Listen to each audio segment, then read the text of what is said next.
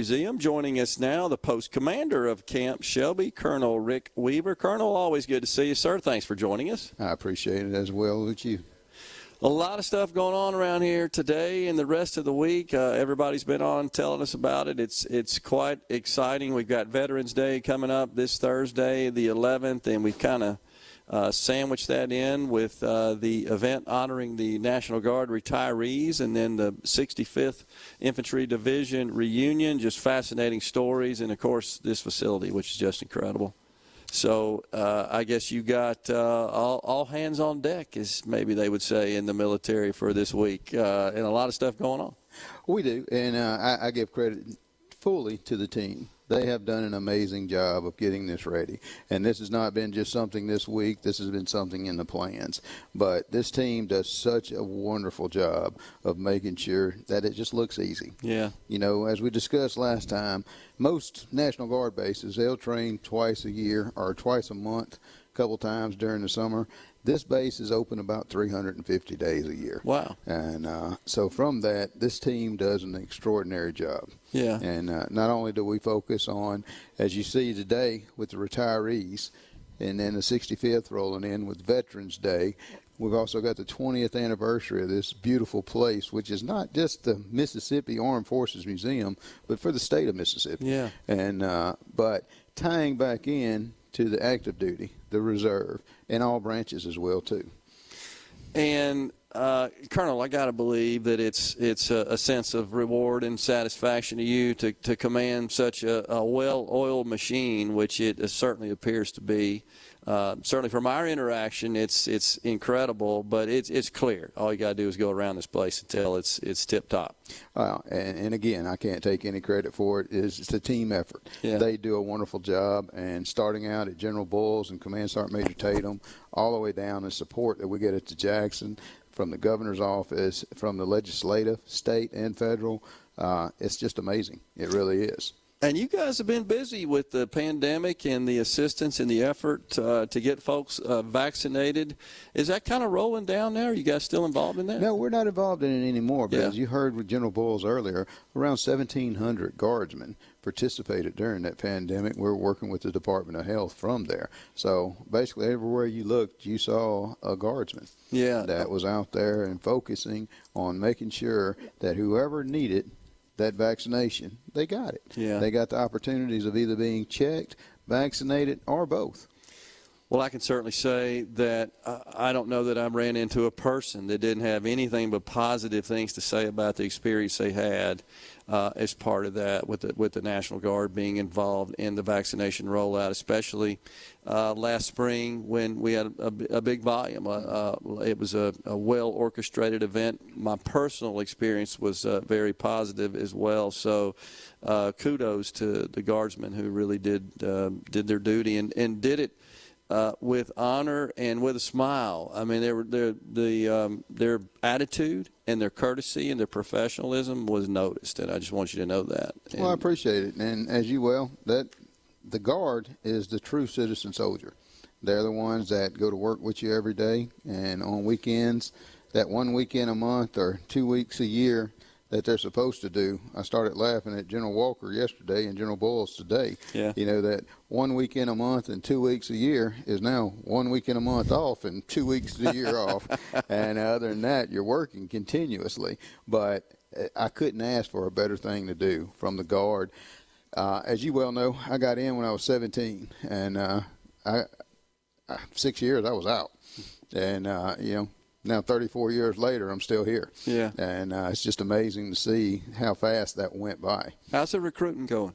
Going good. And we, of course, during the pandemic, everything went down, especially with the schools. But I give credit where General Bulls, he has been focusing with the state legislator and the governor's office to be able to get those education benefits locked in. And that is a huge win, to be able to go to school and not have student debt when you got out. Yeah, that is awesome. So many times you see, you know, $20,000, $60,000, $80,000 of student debt that you're waiting on, and you don't have to worry about that. Yeah. Because you can take that, come out debt-free, and also learn some type of trade. Yeah. As an engineer officer, I started out as an interior electrician. My dad was a bricklayer, so I always had to work on that on weekends. So I knew I didn't want to be a bricklayer.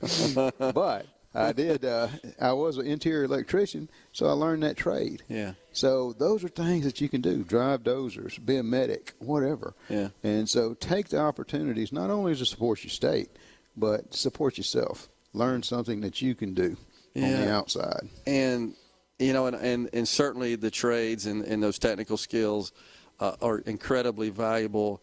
But, Colonel, something about being part of an organization, being part of a team, understanding organizational structure and policy and rules and discipline, these things serve us well in no matter what aspect of life. No, I agree with you totally, because you take a look now, and if you get told no, all right, are you going to stop? I've been told no a whole lot. Sure. And I just keep pushing and pushing, just like the rest of my team does. And from that, though, you see what comes out of that. You become a winner. And that's what you look for, is how do you become a win-win situation. And the Guard has significantly helped me. I've been all over the world, so I've been very blessed. Yeah. Do you get feedback from members who, as you said, they're citizen soldiers, so they're doing their duty in the Guard. They're also working jobs. They're in the private sector, most of them. Some of them work in government, public sector as well. Do they ever come back and say, Colonel, these skills that I gained in the Guard have helped me in my life outside of the Guard? They really have, because not only, you think about the discipline, you think all of that, but you also look at the project management that you learn. Sure. You have to be able to understand as a young E5 that now you're in charge of someone. And a lot of people never get that managerial skills that you're able to get here. And these are different types of managerial skills, but it's also the same as running a local convenience store, running any other type of industry, looking at from a logistic standpoint.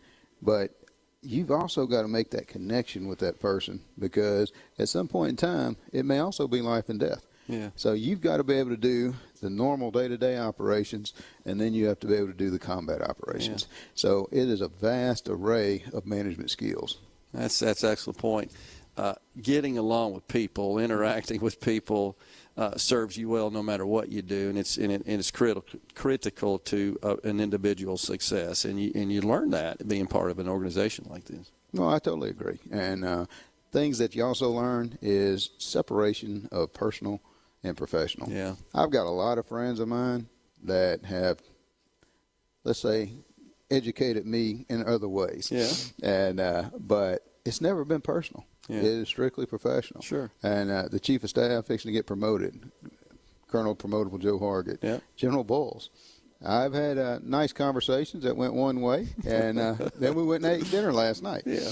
So those are the things that you also understand, and you've got to, not only as the manager, yeah, or as the employer, but as the employee, you've got to be able to understand too. It's not personal. Yeah. It's strictly a professional thing that Sure. you've got to be able to do. And if it's right, it's right, and it's wrong, it's wrong. Yeah. So can you talk to our politicians about that? We need a little help in that department. I need a few more years, and once I get out of this, we'll talk then. But wearing this uniform, as you well know, I will yes, sir. remain silent and plead the fifth. I do. I understand. So the base, the camp, serving as the venue for these great events with the retirees, the 65th reunion, Veterans Day. What's it feel like for you as the post commander of the camp here? I know you, sir. You've rightfully pointed out that all the credit goes to the team and the staff, but it's got to be to you a good feeling. Oh, it's amazing. It really is, to be part of history that's going on, and not only to be here during the 20th year, not to be during this, to be the 36th commander of Camp Shelby, but with the 65th Division, you've got 4. And they said the young man was 95, the old man was 99. And but to be able to come in and do the casing of the colors. Yeah. And since World War II, they have not been done. So to be part of this history and to be part of these communities has been amazing. Yeah. And that's what I take a look at all the time. Everyone's like, well, how much training you got going on? Yeah. I said it's amazing to be able to not only have training from all over the world, but to also be able to give back to the community here. Yeah, and this community is statewide and regional. Yeah. It's not just Hattiesburg area, but it is statewide. Colonel, always a pleasure, sir. Thank you so much for your service, and thank you for all the troops and all those that serve in your command, pass through Camp Shelby. This is truly an asset for the state of Mississippi. Thanks so much for coming on. Thank you. We'll take a break right here. We got more talk, and we'll come back on mid.